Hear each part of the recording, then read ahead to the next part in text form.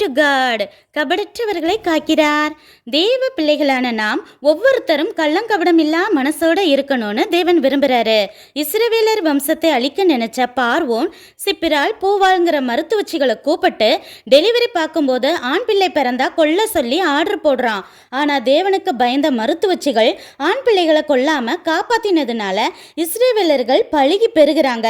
கள்ளங்கபடம் இல்லாத அந்த மனசு இருந்ததுனால அந்த மருத்துவச்சிகளுக்கும் தேவன் நன்மை செய்து அவர்கள் குடும்பங்களை தலைக்க செய்தார்.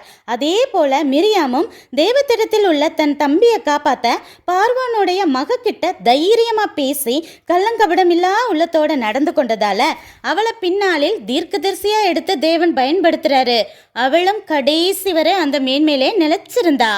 எழுப்புதலில் உள்ள தேவ ஜனங்களின் முக்கியமான ஒரு குணம் கள்ளங்கபடம் இல்லாத மனது. இது இல்லைனா தேவன் ஒருவேளை உங்களை இப்போ உயர்த்தி இருந்தாலும் சவளை போல கைவிடப்படுகிற சூழ்நிலை வரும். இன்றிலிருந்து ஜெபிக்கும் போது, தேவனே எங்கள் இருதயத்தை பரிசுத்தப்படுத்தி கள்ளங்கபடம் இல்லாத உள்ளத்தை தாரோன்னு கேட்போமா? நன்றி.